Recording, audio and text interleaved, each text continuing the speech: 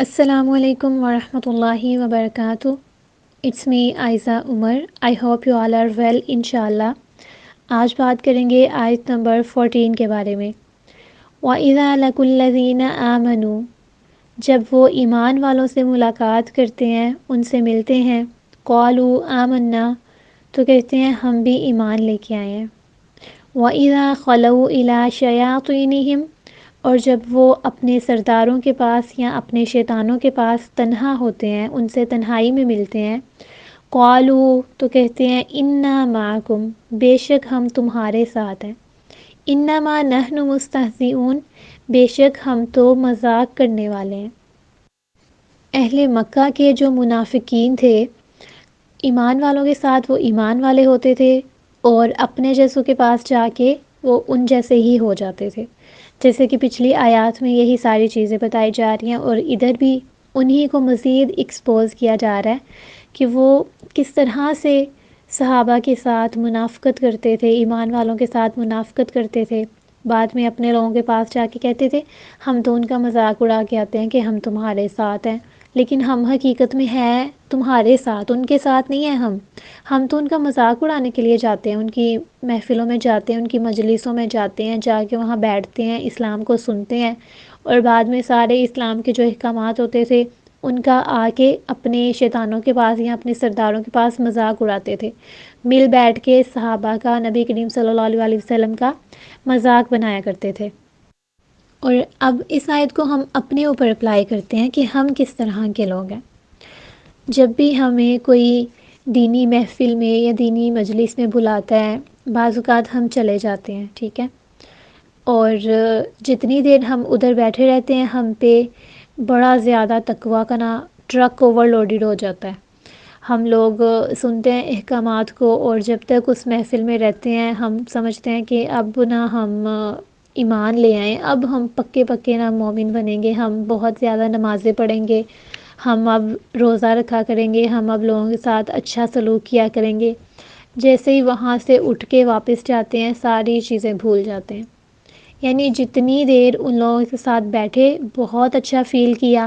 اگر کوئی لیکچر سن لیا یوٹیوب پہ، کہیں بھی فیس بک پہ، کہیں بھی کوئی چیز اچھی سن لی، تو ہم کہیں گے نہیں اب ہم نے یہ کرنا ہے، بس کرنا ہے اور تو کرنا ہے، اب ہم نے اچھے بننا ہے، اب ہم نے اللہ تعالیٰ کی فرما برداری کرنی ہے.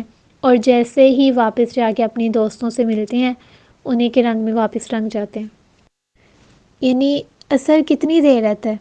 جسٹ اتنی دیر جتنی دیر ہم نے اس سچائی کو دیکھا یا پھر اچھے لوگوں کے ساتھ بیٹھے، اور جیسے ہی بعد میں اپنے دوستوں کے پاس چلے گئے ہم نے واپس سارا کچھ چھوڑ کے وہ جو سوچا تھا، ابھی پلان بنایا تھا، اسی ٹائم ختم ہو جاتا ہے وہ پلان، یا پھر اگلے آنے والے 2-3 دنوں میں، کچھ دنوں میں وہ سارے کا سارا جو چڑھا ہوتا ہے ایک، وہ ختم ہو جاتا ہے اور واپس اپنی روش پہ آ جاتے ہیں. تو کیا یہ اس چیز کا مذاق نہیں ہے؟ یعنی جو آپ نے لیکچر سنا تھا، چاہے وہ آن لائن تھا، چاہے وہ آن گراؤنڈ جا کے آپ نے سنا تھا، تو کیا یہ ان لوگوں کی محنت کا مذاق نہیں ہے کہ وہ آپ پہ محنت کر کے گئے، آپ کے لیے انہوں نے اتنا اچھا لیکچر پرفارم کیا، آپ کو انہوں نے گروم کیا، لیکن آپ نے ان کی محنت کا صلہ نہیں دیا. آپ پہ جسٹ تھوڑی دیر کے لیے ان ساری چیزوں کا اثر ہوا، لیکن بعد میں آپ نے کوشش نہیں کی کہ آپ مزید خود کو سنوار سکیں، بلکہ کچھ دیر کے لیے اثر رکھنے کے بعد آپ نے کیا کیا، واپس اپنے آپ کے اوپر محنت کرنا چھوڑی، اور جو آپ کے پہلے کے دوست تھے یا جو بھی آپ جس طرح کی بھی برائیوں میں ملوث تھے وہ ساری چیزیں دوبارہ کرنی سٹارٹ کر دیں. تو اسی کو کہتے ہیں کہ مذاق بنانا. پہلے کہنا ہم ایمان لے کے آئے ہیں، اچھے لوگوں کے ساتھ بیٹھ کے کہنا کہ ہم بہت اچھے ہیں، ہم آپ جیسے ہو جائیں گے، اور بعد میں جا کے سارا کچھ ختم. تو آگے سے کیا کہتے ہیں، اگر کوئی پوچھے نا تم تو بڑی نمازیں پڑھنے لگ گئی تھی، تو کہتے ہیں ہاں یار بس ان دنوں ہو گیا تھا، بس ہو گیا تھا. اگر رمضان گزرا ہے، تم نے تو بڑی روزے رکھے ہیں، بڑی دعائیں مانگی ہیں، ہاں یار وہ رمضان تھا نا تو شیطان قید ہوا تھا اس لیے ہو گیا. یعنی آپ کے اندر کا جو شیطان تھا وہ تو قید نہیں ہوا تھا، وہ تو آپ کے ساتھ تھا. لیکن رمضان تھا، آپ نے سوچا کہ میں ان دنوں میں عبادت کرتی ہوں تو مجھے ثواب زیادہ ملے گا، میری دعائیں ہیں قبول ہونے والی وہ ہو جائیں گی، جیسے ہی رمضان گیا سارا کچھ ختم۔ یہ بھی مذاق اڑانا ہی ہے۔ انسان اگر چاہے تو وہ بدل سکتا ہے۔ اللہ تعالیٰ نے بھی تو یہی کہا ہے کہ اس وقت تک حالت نہیں بدلی جاتی جب تک خود انسان نہیں چاہتا، اور انسان کے لیے وہی ہے جس کی وہ کوشش کرتا ہے۔ جب قرآن ہمیں یہ چیزیں بتاتا ہے تو ہم کیوں کہتے ہیں کہ شیطان ہمیں بھٹکانے میں لگا ہوا ہے یا پھر لوگ ہمیں بھٹکانے میں لگے ہوئے ہیں؟ جب آپ نے خود ایسی صحبت اختیار کی ہوئی ہے جو آپ کو صحیح راستے پہ نہیں آنے دے رہی، تو آپ کو کوئی دوسرا کیسے ٹھیک کر سکتا ہے؟ جب آپ کے دوست ہی ایسے ہیں، آپ ایسی ہی محفل میں اٹھتے بیٹھتے ہیں جو کہ اللہ تعالیٰ کی بات کو سنتی نہیں ہے، اللہ تعالیٰ کی بات کو مانتی نہیں ہے، اللہ تعالیٰ کی بات کو سمجھتی نہیں ہے، تو آپ کس طرح سے اچھی راہ کی طرف آ سکتے ہیں؟ جو انسان ہے نا وہ اپنے دوست کے دین کے اوپر ہوتا ہے۔ اگر کسی انسان کو دیکھنا ہو نا کہ یہ کیسا ہے تو اس کا دوست دیکھ لیں، کیونکہ انسان اپنے جیسے لوگوں کی طرف ہی اٹریکٹ ہوتا ہے، ٹھیک ہے؟ جیسا وہ خود ہوتا ہے اس کی کمپنی بھی ویسی ہی ہوتی ہے۔ تو اگر آپ بدلنا چاہتے ہیں تو سب سے پہلے اپنی کمپنی کو بدلیں، نہیں تو آپ مذاق اڑانے والوں میں ہی شامل ہوں گے۔ اور فرض کریں آپ کسی انسان سے جا کے مل رہے ہیں اور بعد میں جب اپنے کسی دوست کے پاس جاتے ہیں تو آپ سے کہا جاتا ہے کہ تمہاری تو بڑھیا آج کل اس کے ساتھ بن رہی ہے، تو آپ کیا کہتے ہیں؟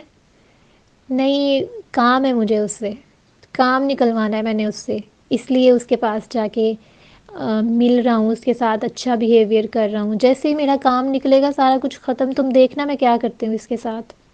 ایسے ہی کرتے ہیں نا ہم، اتنی منافقت ہے ہم میں کہ جہاں کام ہے وہاں جا کے اس کی واہ واہ کریں گے، اور جیسے ہی واپس وہاں سے جائیں گے دوسروں کو جا کے بتائیں گے، باقاعدہ مذاق بنائیں گے کہ مجھے اس کے ساتھ کام ہے، میں نے تو کام نکلوانا ہے اس لیے میں آپ جناب کر رہی ہوں اس کے ساتھ۔ تو آئندہ آپ نے یہ بات یاد رکھنی ہے کہ اللہ تعالیٰ نے ان کے بارے میں کیا کہا ہے۔ ہمیں لگتا ہے وقتی طور پہ کہ ہم ان کا مذاق بنا رہے ہیں، حقیقت میں آپ نے ان کا مذاق نہیں بنایا۔ اگلی آیت میں بات کریں گے کہ مذاق کس کا بن رہا ہے اور کیسے بن رہا ہے انشاءاللہ۔ جزاکم اللہ خیرن۔